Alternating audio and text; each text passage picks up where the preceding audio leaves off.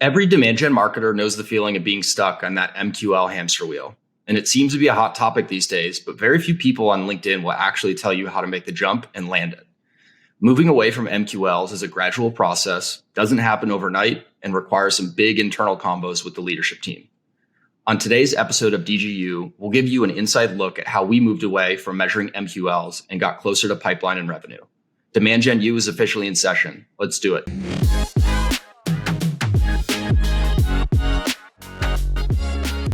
So let's start it. So Jason, I just need to give a quick disclaimer before we start this episode. If you're looking for a Demand Gen U episode on attribution, this is not it. We've kind of made a joke about not wanting to do a Demand Gen U episode on attribution just because I think you hate it after how much time and money and people you've thrown at it over the years, especially at Tableau. But this is not an attribution episode. Nope, we're going to avoid that. I don't know. I guess anytime you talk about reporting, there's always attribution involved in some way. But yeah, we're not talking about that. We're talking about how you get closer to revenue in your reporting and in goal setting, I think, too, which is the more important thing. So this is a layup. I'll see how you answer this question, but this exact topic is something that I've seen come up in our own community as well as some of the other B2B marketing communities that I'm in right now. So why do you think people are asking about this topic now? It's even more important now when things aren't going so well. And so when everybody's meeting their goals, it's funny. I've seen this happen so many times. When all the departments are meeting their goals, nobody asks for any data really. It's just all you have to really show them is the fact that you're meeting that goal. Look, we're meeting our ARR goal, let's say. Great. I don't care about anything else then. I don't want to bother myself with that data. I don't care how much you're wasting. You end up I don't care how much money you're wasting. The fact that you are within your budget and we're meeting the primary goal, that's all that people cared about. And so now when things get tight and people maybe are not making their goals, then all of a sudden we get armchair marketers coming in and wanting to dig into the data and try and tell you what you missed, why you weren't measuring something. So yeah, it's a hamster wheel itself, just on that whole cycle of times are good, nobody cares about data. Times are not so good, everybody cares about data. And that's a cycle I've seen go around and around too. So that's really, I think, the main reason people are getting leaning more into it, because they're having to, more of us marketers are having to really tell the story of what our dollars are doing. So I imagine we'll come to some of this later on this episode, but for the people who are dealing with armchair marketers right now and having to go through the hell that you just described, any advice that you'd give to them to navigate those conversations? Ask them why they feel they're qualified to do your job for you. No, I'm just kidding. And start with your CEO. Ask them that first. What makes you qualified to be telling me how to do my job? Yeah, then you get fired. So don't take that advice. And then let us know how that goes. And Jason would have don't blame me when you don't have a job. Yes. No, I think it's being buttoned up yourself. You know what I mean? Because the more buttoned up you are and confident in it, the less holes that are going to be poked. And honestly, you could have the most incorrect data. I'm not saying to do this, but I'm just saying this is a reality. You could have the most incorrect data set. And if you present it just so confidently and just you're able to walk through it just point by point, and the math is wrong, but it adds up, you can almost get things across that are completely a farce. You know what I mean? And so I'm not saying to do that, but that's the importance of confidence in your data. Every leader that I've ever worked for or had to report up to, if there's ever any uncertainty in your voice or your presentation, it just gets dug into immediately. I don't know if it's subconscious. I don't know if that's just how leaders operate, but that's been 100% of my experience. You show any weakness, it's just going to get lasered in on and opened up. And so learning presentation skills and getting very confident in the data, I think and then having a story to tell with it, I think are the best blockers for the armchair marketer. It's kind of funny that you mentioned that, because there was I think it was a LinkedIn post or an old blog that Jason Lemkin was talking about yesterday, I think. And basically he said the key to getting promoted was knowing your shit better than anyone else in the room. So I feel like that kind of meshes with a lot of what he's suggesting when, no matter how complete or incomplete the data is, when you're presenting your story to the board, to your leadership team, to your CEO, you have to know it better than anyone else in the room. And the reality is so many marketing leaders that I've worked for don't know their data. They rely on their staff to do the number crunching, and they don't actually take the time to really understand what's going on in it. And then let's say you're reporting up to your CMO, and the CMO is now taking that data to a leadership or board meeting or whatever. They don't often do a great job of supporting it either. And so then they get dug into, and then they come back in and they try and dig in. And so if you're a marketing leader and you're listening to this, you should be so close to your metrics and understand them better than, like Mark said, better than any of your peers can ever even try to. Imagine I've seen this happen before. Imagine walking into a board meeting or just a leadership meeting with C-level folks, and the CMO presents something, and then the head of sales presents the same thing, but with different data and more confidently.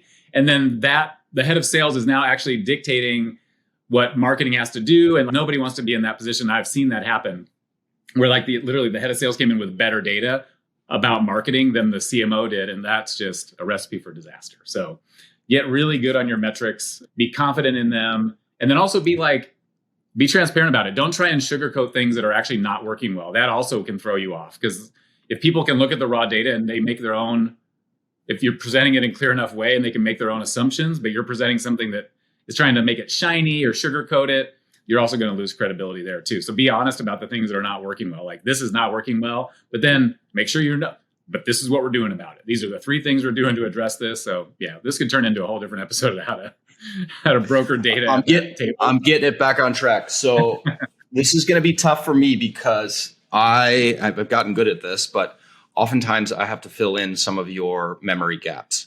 Yep. And the first part of this episode, I actually wasn't here for the first 5 months of you officially being the VP of marketing. So if you don't remember a detail, you're going to have to remember it because I can't help fill it in for you. So I'm going to make it's my second caveat. Yeah. So no, I tried to remind myself before prepping for this episode. I was like, God, what were we doing 3 years ago? Oh my God. So for people who haven't heard this yet, you were still at Workfront, I think in the fall of 2019, but advising Metadata on the side. So you were still very much involved at Metadata, but you did not take over as the marketing leader until March 2020, I think it was, right before the little thing happened in the outside world. So let's go back to March 2020. It feels like it was 10 years ago at this point. When you stepped in, what were Gil's expectations of what he wanted you to measure? Did you pitch what you wanted to measure? What did that world look like? Yeah, here's what I remember. Some PTSD. No, so this should have been the drunk history episode, because then they probably would have remembered all of it. More, yeah. Even before March of 2020, so even going back into late 2019, that's when I started. So Matt Cannell and I were working here together, as consultants, and he was much better in Salesforce than I ever was. So even though I grew up through marketing ops, I never really touched Salesforce because I was at all these big companies, and it was like sales ops would always work Salesforce. So I never really got that great at it. But it didn't really matter here in 2019 because we were only using Salesforce to track closed won ops. So the only thing that was in Salesforce was when something actually closed won. So not even closed loss or anything, just Salesforce. If somebody looked at it, they're like, my God, you guys have 100% conversion to customers. Oh, good job. But that's really what it was. It was basically like a billing system. I didn't even know that. Yeah. And Logan wasn't putting anything in. He was tracking his opportunities in Excel. And so it was pretty bad. Why were we paying for Salesforce? I don't know. Actually, good question. I have no idea why. Maybe the invoicing system. I don't know. Like I said, I think it was just a transactional system. But and so we couldn't really do any demand modeling at all because we had no idea what kind of pipeline would happen and how that pipeline would turn into revenue or anything. And this was also when we were gating content. And so our primary metric was leads, and then of course demo requests, but we were very much measuring leads.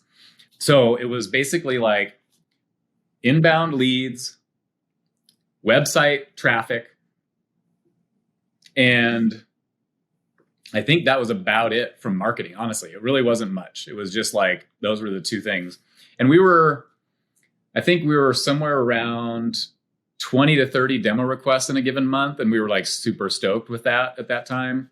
And that was it. It was pretty flat, like for several months. It was just pretty much that. And it was always clawing to get that. And that's what it looked like. And leads were just a misnomer, again, because, and so many people, I think, hopefully don't do it today, but we've all done this, maybe not all, but I'd be doing like content syndication and I'd be bringing the lists in and those were leads. I was like, look, we got 800 more leads this month because I bought some content syndication and we just uploaded them into HubSpot.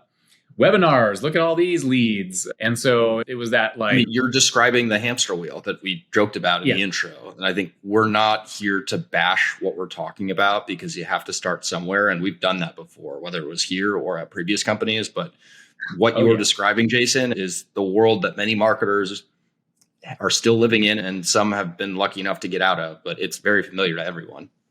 Oh, I just did it. This was just 3 years ago. So I had all the experience at that point too, to know not to do that. And it was still like, this is what we have, like, this is what I can do. We had no brand at the time. We had nothing really working for us. We had systems in place, but like nothing to really, no real ads. The ads were pretty bad.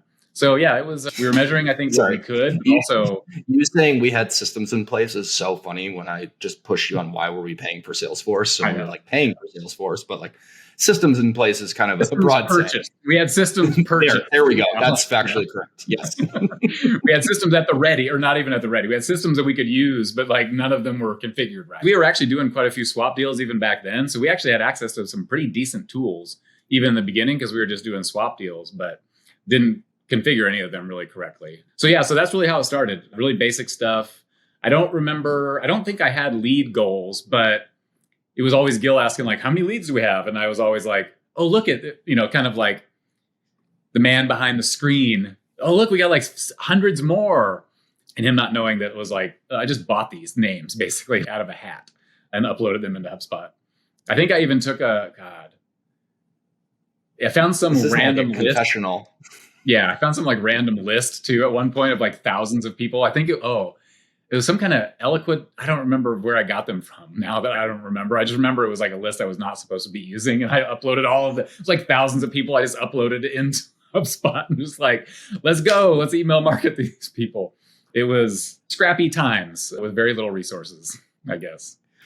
So how and when did you start making this shift away from what you were just describing? Was it more so Matt leading the charge on this when he was still here as a consultant, or what did that look like? Yeah, so Matt got Logan, who was our only seller at the time. I think this was right when Olivier and Clay were getting hired. Matt got them to start. Oh, and that's right. Olivier and Clay got hired. They were like, we have to use Salesforce. So at least like they came in with, all right, we want to use Salesforce to track our opportunities. And so then we got Logan to move his opportunities out of Excel into Salesforce. But we still didn't have historical data. So Matt tried to basically get as good of historical data as possible and then also start to look at what kind of pipeline do we actually have. And he built our first demand model, which was actually way more complicated than it needed to be at the time. Matt's very smart and can sometimes like too smart give you a solution for an enterprise company when you're like a 5-person team. And so Matt, we love you. And so Matt had built this amazing demand model and we used it for like a quarter and it was like, okay, this seems to be pretty accurate enough. And then Matt left. And I remember Gil was like, hey, did we update that demand model? And I cracked it open. I couldn't make sense of it at all. Like I was like trying to follow the formulas and where to get this number. I was so lost. I was like, I think I was too embarrassed to maybe ask him or tell him that I couldn't. This is all new to me, by the way. I haven't heard this yet. Yeah. I was like, embarrassed to ask him for help because I was like, man, I should know this. And it's all right here in front of me. So why can't I figure this out? And so I just completely rebuilt it. And I did it in a different way. I did it in a way where I was like, this is how I think of it. Matt was trying to like bake in things that I wasn't ready to bake in, like sales cycle. And okay, if our sales cycle is 90 days and we need to, I was like, that's too complicated. I just need to know like where we are today and what do we need to close the gap. And so I think I built the first one that we kept using the model I built for probably a year and a half and it worked pretty well. But yeah, I had to rebuild it. But once we finally got, and this was the same time, like you were coming in and we were ungating content. So like we got off. So like this is part of that start of the transition. But I always knew, like from when I started, I said, I want to carry a pipeline goal, but until we actually have better data, I don't know how to set that up. You know what I mean? And so it was really in that time frame, like March, like when you were hired, we were just trying to figure out, okay, do we have enough data in here on the revenue side and pipeline side? I got hired in August, by the way, 5 months after the date that you just mentioned. But yes, keep going. Long time. We're working at this for a while. So I guess question on that, though, because you mentioned better data, and we're big believers of using imperfect but directional data. When you say better data, what advice would you give to people who are looking to make this jump? What kind of data were you looking for? Was it more the amount of data? Was it like the quality of data? Was it all the above? You tell me. I think at first I was just looking for major milestones, like in a funnel. So what are the major milestone points in a customer's journey, and being able to have data around that, because I really needed to understand the matriculation from lead all the way down to opportunity so that we could then set goals and then try and get better. Because the one thing we always talk about with goals is never go to benchmarks and then set your goals based on some industry benchmarks. Never put your finger in the air. Goals are set by knowing where you are today and then coming up with an improvement to that. That's how you set a goal. Not like, oh, that's my sister companies over here all getting this, so we automatically have to get that. Oh, but that means a 50% increase in performance in 1 month. But that's what the benchmarks are. So just getting these like key journey milestone points, understanding the data at those points and the conversions between them, and then how these things lead to revenue, then that's just the basic point. And it could be 3 points only, like lead, MQL, opportunity maybe, or qualified lead, meeting, deep late stage opportunity. It doesn't have to be 18 steps, but yeah, just getting some key, I think, milestone journey points set as the first step. And that's where we went. It's like, okay, let's make sure we have good tracking on these things. Wherever we can add historical data in so we have a little bit of a better picture, we'll do that. And then let's just come up, where are we at today? What are our conversion rates, good, bad, or ugly? Where are we at? And then coming up with some improvement plans from there. So this takes us to, let's just say, the second half of 2020. And this is where I can be more helpful since I was actually at Metadata at this time. So we've got the demand model, you're simplifying it, you're starting to collect more data and basically just slowly get better at it. So how did you get from leads to MQLs to then looking at meetings and then finally opportunities? Because like the big thought leaders on LinkedIn all say marketers should be held accountable to pipeline and revenue. And then what people assume is that they just need to stop measuring MQLs and just immediately jump to pipeline and revenue. And like, we're not even truthfully at revenue yet. So how did you get to, let's say, MQLs to that next step or two? Yeah. And so when we broke out from leads and we had good enough data, then we understood how demo requests, this conversion rate to meetings, this conversion rate to op, this conversion rate to closed won. And so we just worked it back. And then that's how we set our goals. We're like, okay, sales is responsible for 30% of the revenue. Marketing is responsible for 70. Here's our goal for the year, working it back. So we were kind of like already basing our demo request number on what would turn into revenue, but we were setting our goals up at that demo request number still. And for me, it was mainly because I was thinking like, hey, in marketing, this is what we have. This is about as far as we can affect those conversion rates, is getting that demo request. Then it's in the hands of sales. Then it's up to them and as long as it's the right person, et cetera. And so we started by keeping our goals up at that demo request number. And it was like that worked for a while. And that's because it was tied to revenue, it was working. So we would hit our demo request number. These conversion rates were actually holding steady or improving or just a slight fluctuation. And so for several quarters, that just worked. We delivered this many demo requests. They turned into this op. They turned into this revenue. We were meeting our goals or exceeding our goals, and everything was good. And so that carried us for quite a while. But then the transition point was when things got a little tight. And I wanted to get off of this. We just need more demo requests. We just need more demo requests. Because if, let's say, some of these conversion rates start to fluctuate, then you just need to put more at the top of the funnel. And I didn't want to just have to continuously drive more to the top of the funnel. I wanted to say, hey, let us do what we want to do. Let's ignore the demo requests. But if we can drive this much pipeline, that's what you care about, right? So if I can at least, maybe I have higher quality demos, but way fewer. I just wanted more flexibility. And so that's when we started to talk about moving our goals down funnel a little bit more so that we could actually have, I consider it more flexibility in what we do to get to that instead of just being like, oh, if there's not enough pipeline, more demo requests. And so that was like the start of that trend. And check me on this, but we were stuck there for a bit. And I think Gil was interested. I don't know if you actually know, I have my own hunches as to why, but he was really fixated on the demo number for the longest time. I don't know if it was because of some of the slides that I'd seen in fundraising decks where you love to show a chart like that where it's up and to the right. But until we got this in check, my own take was that it essentially became this new artificial MQL number. It was just a different metric where you could game it. And just because you're putting more at the top of the funnel into it doesn't mean you're going to get any more at the bottom of the funnel. Yeah. And it was a lot of that. I think it was a lot of vanity. It was like vanity being able to show investors these charts that were just like, look, we started at 30 and within 4 months we were at 200. But then imagine that. Oh, imagine trying to keep that trajectory. It just goes like a exponential like curve to the sky. And I hated that too, because it was like, and Gil's a great CEO, but he got really focused on the demo request number and just seeing it to continually go up. But it honestly wasn't hard to get him to get us to shift because he just knew, he saw that as taking more responsibility. It's like, oh, okay, you actually want to be responsible for the pipeline. So you're actually there's SDR work in there. There's AE work in there that has to happen. So you're actually going to take some responsibility for that part too.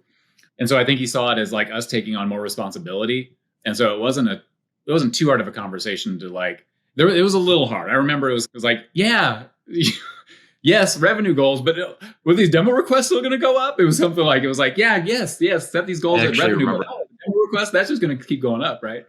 It was almost like you're like a little kid. You're like, all right, look over here. Don't look over here. And he's like, all right, well, what about the demos? Yep.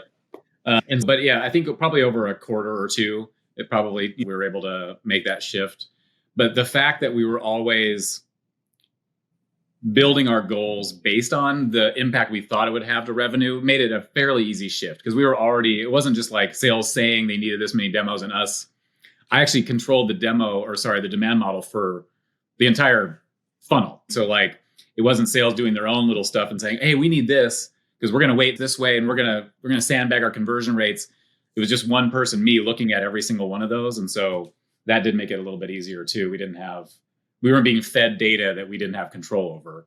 And so it was, and then we were able to let go. And because I remember there was 1 month or quarter where our demo requests went down, even though we were still increasing pipeline and close won deals, because what we were doing is we started to look at, and we were more accurate with what pipeline's already there. We started to actually have algorithms in the demand model. Okay, what percentage of pipeline is probably going to push to next quarter? So we started to bring all these in and use that to lower like our top of funnel, putting stuff in the top of the funnel. So sometimes it actually meant we needed fewer demo requests this month than last month, but the opportunities in pipeline are still going up and to the right. And so then that nice chart of like every single month demo request going up, now it started to stagnate and go all over the place. And so it wasn't as cool anymore. And in fact, since then it's come down. Like I think the highest month was probably 400 or somewhere around that. And we're sitting at 200, yeah, 250 now at this point. So those charts don't look as pretty anymore. Yeah. So I guess two questions come to mind. So the first question is pipeline and revenue is all the rage right now, but those are really lagging indicators at the end of the day. So how do you recommend people look at leading indicators as they're making this move? Yeah. And so like how we set the goal, there's a funnel with journey points on the way. And it depends on how you're measuring. If you're doing gated content and stuff, you're starting at leads. And then you're probably going from leads to demo requests and then demo requests to qualified demo requests, which is probably your MQL. Meetings booked, meetings held, opportunities created, stage 1 all the way through stage 5 or 6. And so these are the key points that we measure. And we just, now I'll say before the recession, our math really held and those conversion rates just didn't change. They didn't fluctuate. A committed deal was a committed deal, and that would close like a certain rate. And then we started to see these fluctuations with the recession and all this, our rates getting wonky. But before then, it was just very, very linear. Like it just worked out. Like the math just worked out. Conversions rates held, ASPs held or went up. I forget what question you asked I was answering, but that was part of the answer. It was just leading indicators. So people know what to be looking for and what to be measuring before they start to see ops and pipeline and revenue, because you got to show something. You can't just tell your leadership team and your CEO, like, hey, trust me, you're going to see pipeline and revenue here. Yeah, just hold wait. on. It's like, coming. Yeah, let us know how that goes and you'll be out of a job. Yeah.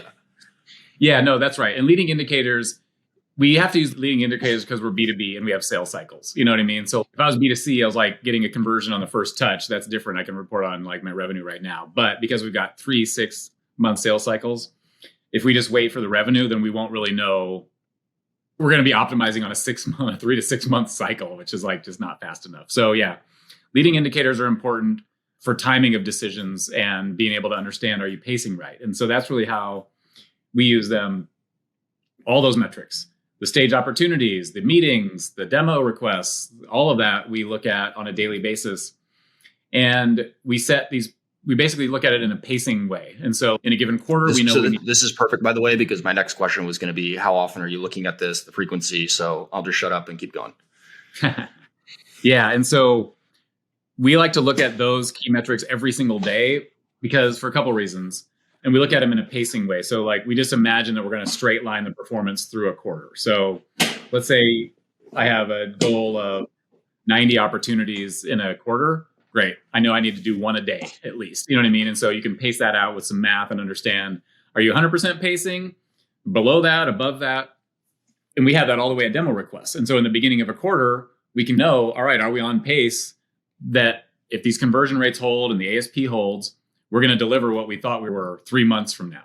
And so it just gives you the ability to make quicker decisions, understand what's working, what's not, identify patterns faster than you normally would if you were just like only measuring down funnel. And that's the most important thing, especially now. You got to find out what's working and what's not as fast as possible. And so looking at these things and understanding when patterns change and then addressing those, that became a really key thing for us. And so, yeah, some people might consider measuring your funnel every day overkill, but I wouldn't do it any other way. So we're going to go off script a little bit, but it's still related to this based on something that you just said. So I've heard you say this before a bunch of different times, but the way we've modeled things at Metadata and the way that most companies, B2B companies, are modeling their funnel is irrelevant anymore because you can't go off of historical data given what's going on right now in the outside world. So, whether you have the crystal ball or not, I hope that you do. How are you looking at this these days, and how are you looking at it differently than maybe you did before? Yeah. And I make a joke, even though it hurts, but the joke I make is we often try and plan for a common scenario here. And then what's the worst case scenario that can happen?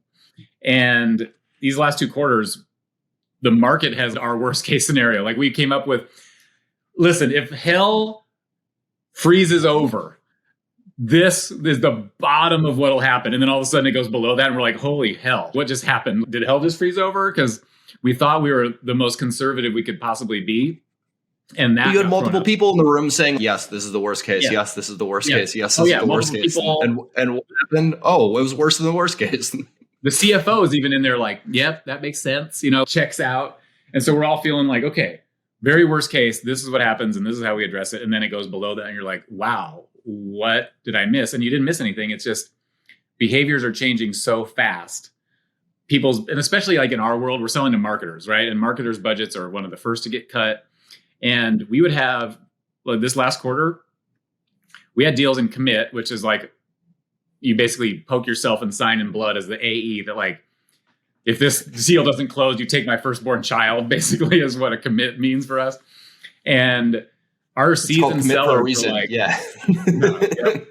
And we weight those really high and we were expecting those to come in. And then we would have deals that were literally no sign at all of them not closing.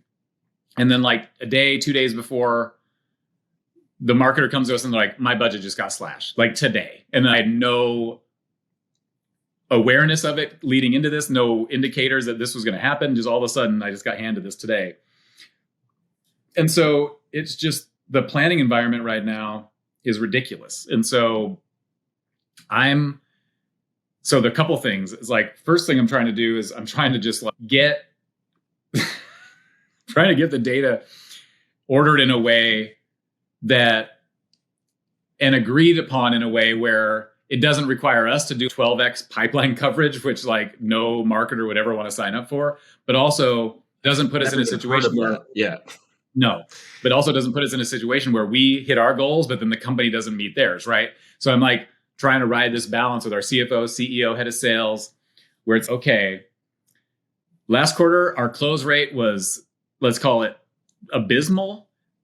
Do we have to use that as a close rate for this quarter? Or can we make some, hey, sales, can you commit to having a better, or is there reasons why that close rate data was maybe off? Did we do a lot of cleanup last quarter? So we're digging into every single one. And I'm just trying to like, what's a way that I can set this up so that the company can meet their goals, but then my team can also have some successes, meet our goals, get some bonus. What's the right balance of that with the best that I know today? And it's just really hard because if I just had a magic wand, I guess, I'd be like, yeah, let's plan for what last quarter was and let's have enough money to put that much in the top of the funnel and let's make this happen. But we don't. Our budgets also have gone down from last quarter. So yeah, it's a delicate balance. But again, if I didn't have as good of data as I have, or if I wasn't as good with the data, these conversations wouldn't be going as well. The CFO would be like, that's wrong, that's wrong, that's wrong. And then he would have a lack of confidence in us. And then when they have a lack of confidence, they want more buffer on what your data says. So, and then more buffer means you got to do more work, right, to add that buffer. And so I think, again, being incredibly buttoned up with data, being smart about it, being real, and like, if you see something that you think is not going to work for the business, calling that out, and not just it's not going to work for marketing, but if this is not going to work for the business, let me be the one to call that out. And then writing that balance of trying to get the team a bonus and having successes, but also making sure the company's getting what it needs to grow. So yeah, I know how you give no answer, but that's how I'm thinking about it right now is. If you had the answer, then we'd be in a perfect spot right now. So it was more so just no judgment. No one knows what's going on right now in the economy and especially in B2B software. So I think it'll be helpful for people to hear how you're approaching this in the first place, just knowing how unpredictable it has been over the last, 2-ish quarters, 3-ish quarters. Yeah. And luckily our CEO and CFO, they acknowledge that shit, this is hard. You know what I mean? They're not coming to us screaming like, what the hell? You said it was going to be this and you didn't do that. They're just like, okay, you said this is what happened. Why? Let's try and learn from it. But there's some understanding that now we do take a responsibility for ourselves too, but we're not saying the whole thing is the economy. We're definitely not. But there's a part of this that's the economy, but there's also parts of this that we can fix and get better at. But there's acknowledgement that there's this thing right now in this time that means that we're not going to be great at forecasting and predicting. So last question for you. This is going to be a longer open-ended question, which I know are probably your favorite questions. Looking back in the 3+ years that you've been at Metadata, could you do anything over again as you were moving from MQLs to pipeline and revenue, knowing what you know now? Just trying to figure out some advice for people who are looking to make this jump and can hopefully learn from mistakes that we've made. Yeah, I would say a simple one is for a fairly long time, I wasn't actually considering existing pipeline in the future quarter, moving pipeline. I was just taking the hard number. This is money. I remember this so well. Keep going. Yes. Yeah. I was just taking the hard number of, all right, sales has let's say $2 million goal next quarter. And I was just backing that up to exactly what I'd have to deliver from an inbound perspective to hit the $2 million. Not even really considering what pipeline's already in there or what did they push from this quarter to next quarter that they didn't close. And that just made us overwork, which might be why we beat our goals several times, like as a company too, because we were delivering more pipeline than what sales actually needed to close to hit their goals. So it might have been a good thing, but it also required us to do more work in marketing and try and figure more things out, which again is not a bad thing, but maybe overworked an already small team just to really make sure that number was hit, when maybe it could have been lower, and then we could have maybe worked on other things and made progress on other things. So I'd say that was one is, and I thought it was okay because I was like, hey, we're pretty immature in our demand model right now, and so this is okay, but I was shortchanging myself in our team, basically. So I'd say that was probably one of the things is definitely consider what is existing pipeline and the stuff that sales is going to push from quarter to quarter, because that is still real pipeline, especially if you have, and this, I guess maybe this is the second one, have very... Well, you want to make sure it's real pipeline, which I think is a key difference, because to interrupt, just this, I get PTSD from this because it's happened multiple times here. When there are not strict definitions around what an opportunity is and what real pipeline is and what fake pipeline is, AEs can then push ops into future quarters, and it makes it appear as if you have some pipeline to start from, or you maybe even have enough pipeline to start from, when in reality, it should have never been pipeline to begin with. So you have to make sure that whatever you're exiting a quarter with, that you know that is real pipeline that you can count on, and that your sales team has scrubbed the shit out of it, really, which is something that we still have to do nowadays. Yeah, I still have to remind them, like, hey, clean up your pipeline. But now they know, because we tell them now, we're going to base our inbound on whatever is in there. We're going to take that out of what we have to deliver. So if you want more inbound, clean that shit up. If you want less, go ahead and leave it a parking lot. But it got so, and we're still dealing with this problem because we don't even weight stage 1 or 2 at all when we're looking at pipeline. And so now my question to the sales team is, if I can't weight this at all, then why the F are we even in pipeline? Hold on. We're in episode 58, and now you're saying why the F? We got the explicit rating. Yeah. I know, that's funny. I think I swore a couple too many times on this episode, but try to reel it back in. No, and honestly, and then sales doesn't even weight stage 3 right now when they're doing their calculations. And I'm like, then why? We need better. So we still need better definitions for pipeline, because I still am like, if it's in stage 1, some of those close, and that's better than a demo request. You know what I mean? And so we should be able to weight them in some way.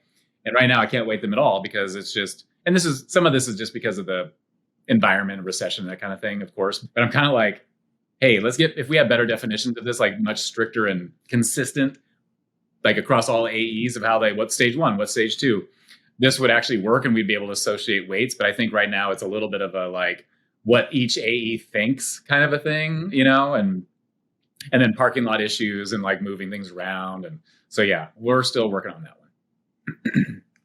So we are right at time on DGU this week. I think this is one of those episodes where we want to encourage you to reach out to Jason. I'm going to really volunteer you with this because you're closer to it than anyone here at Metadata, which most marketing leaders are not this close to the data. But if you have questions around how to make this jump, what not to do, as well as what to do, please reach out to Jason in the community on LinkedIn. We're here for you. This is something that we're a little bit further ahead, I think, than most marketers, but we all started from the same place, and you got to start somewhere. Yeah, uploading leads. Yes, content syndication. If you take one thing away, don't do that anymore. No, hopefully you took a bunch more on this week, but we will definitely see you next week on DGU. Thanks, everybody. Thanks, everybody.